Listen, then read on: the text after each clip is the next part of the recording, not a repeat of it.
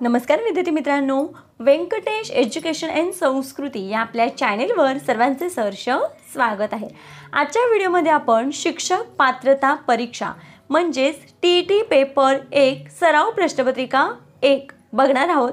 आजच्या व्हिडिओमध्ये आपण भाग 1 बालमानसशास्त्र व अध्यापनशास्त्र यामधले प्रश्न बघणार आहोत।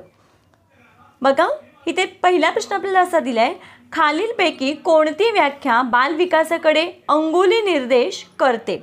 मग बघा, आपल्याला इथे 4 पर्याय आहेत। तर 4 पर्यायापैकी आपलं उत्तर आहे, योग्य उत्तर आहे पर्याय क्रमांक 4। कारण बघा, बाल विकासाकडे अंगुली निर्देश करणाऱ्या व्याख्या बघा, बालकांच्या जन्मपूर्व अवस्थेपासून पौगंडावस्थेपर्यंत व्यक्तीचा विकास कसा होतो हे शास्त्रीय पद्धतीने अभ्यासणारे शास्त्र म्हणजे बालविकास शास्त्र होय। हे पण बरोबर आहे। दुसरा बघा, बालविकास गर्भधारणेपासून पौगंडावस्थेपर्यंत बालकाची वाढ आणि विकासाचा अभ्यास करणारी स्वतंत्र अशी शाखा आहे। हे पण योग्य आहे। तिसरा पर्याय बघा, जर लहान बालकांना आईवडील किंवा तत्सम व्यक्तीकडून विश्वास मिळाला तर त्यांचा विकास निकोप आणि निरामय होतो, पण जर बालक या विश्वासाला लहानपणीच मुकले तर व्यक्तिमत्वामध्ये अनेक अडथळे आणि समस्या निर्माण होतात। हे सुद्धा योग्य आहे। म्हणून मी इथे आपलं पर्याय क्रमांक 4 हे योग्य उत्तर आहे। कारण पर्याय 1, पर्याय 2 आणि पर्याय 3 हे तीनही योग्य आहेत। म्हणून आपल्या या प्रश्नाचं उत्तर आहे पर्याय क्रमांक 4 वरील सर्व। पुढचा प्रश्न बघा, बालविकासाशी संबंधित नसलेला लेखक कोणता। बघा, ह्याच्यामध्ये आपल्याला 4 पर्याय आहेत।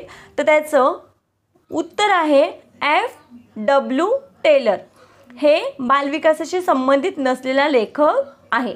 म्हणजेच E.B. हॉर्लॉक, सरोजिनी सायवर्शियन, इरिक्सन हे बालविकासाशी संबंधित लेखक आहेत आणि हा बालविकासाशी संबंधित लेखक नाही। म्हणून मी इथे उत्तर आहे पर्याय क्रमांक 4।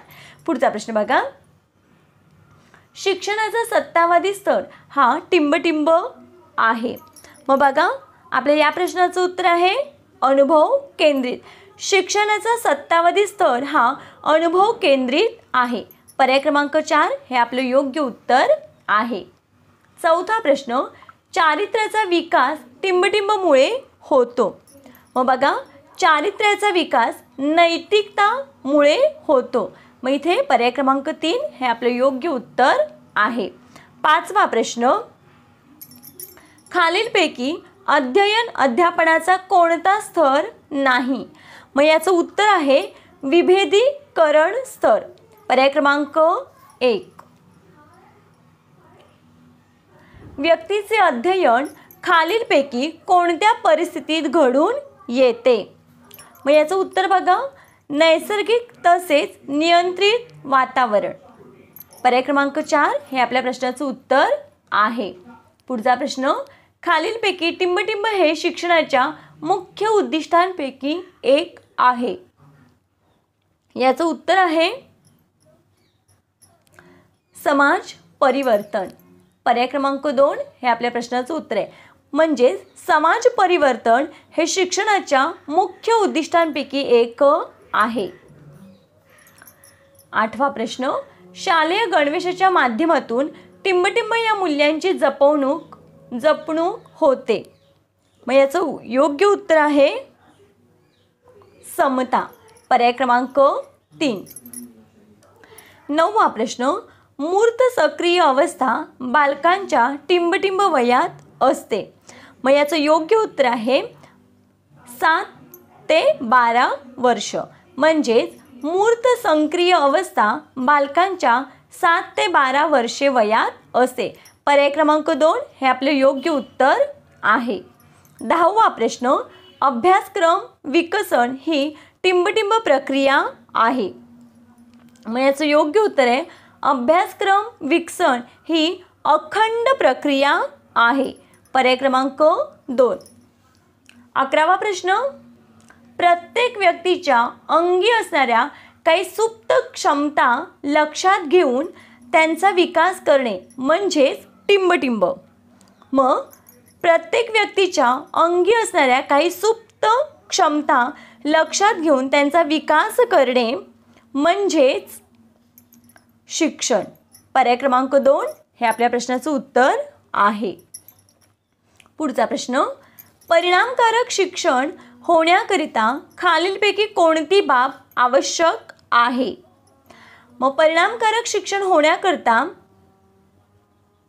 विद्यार्थ्यांचे अवधान खेचून घेण्याचे व टिकवून धरण्याचे कौशल्य ही बाब अतिशय महत्त्वाची आहे किंवा आवश्यक आहे. मग इथे आपल्या या प्रश्नाचं उत्तर आहे पर्याय क्रमांक 1. 13वा प्रश्न, अध्यापन कौशल्यात टिंबटिंबचा समावेश होतो. बघा, अध्यापन कौशल्यात वर्ग व्यवस्थापन कौशल्य, संप्रेषण कौशल्य, कथन कौशल्य या सर्वांचा समावेश होतो. म्हणून मी इथे या प्रश्नाचं आपलं उत्तर आहे पर्याय क्रमांक 4 वरील सर्व. 14वा प्रश्न, उलट सुलट बाजू मांडणे, विधानाचे खंडन करणे, समर्थन करणे या बाबी टिंबटिंबमध्ये येतात. मग याचं योग्य उत्तर आहे उलट सुलट बाजू मांडणे, विधानाचे खंडन करणे, समर्थन करणे या बाबी वादविवाद मध्ये येतात. पर्याय क्रमांक 3 हे आपले योग्य उत्तर आहे. 15वा प्रश्न, अध्यापन म्हणजे काय? मग बघा, अध्यापन म्हणजे अध्ययनाला अनुकूल परिस्थिती निर्माण करणे म्हणजेच अध्यापन होय. म्हणून मी इथे आपल्या या प्रश्नाचं उत्तर आहे पर्याय क्रमांक 4. बघा, आजच्या व्हिडिओमध्ये आपण महत्त्वाचे शिक्षक पात्रता परीक्षा पेपर 1 मध्ये झालेले भाषा विषयातले 15 प्रश्न सोडवून घेतलेले आहेत. त्यापुढचे प्रश्न आपण पुढच्या व्हिडिओमध्ये सोडवून घेणार आहोत. व्हिडिओ आवडल्यास व्हिडिओला लाईक करा, आपल्या मित्रमैत्रिणींना शेअर करा. चॅनलवर नवीन असाल तर चॅनलला सबस्क्राईब करा. आजचा व्हिडिओ कसा वाटला ते कमेंटमध्ये नक्की सांगा. भेटूया पुढच्या व्हिडिओमध्ये. तोपर्यंत नमस्कार. थँक्यू.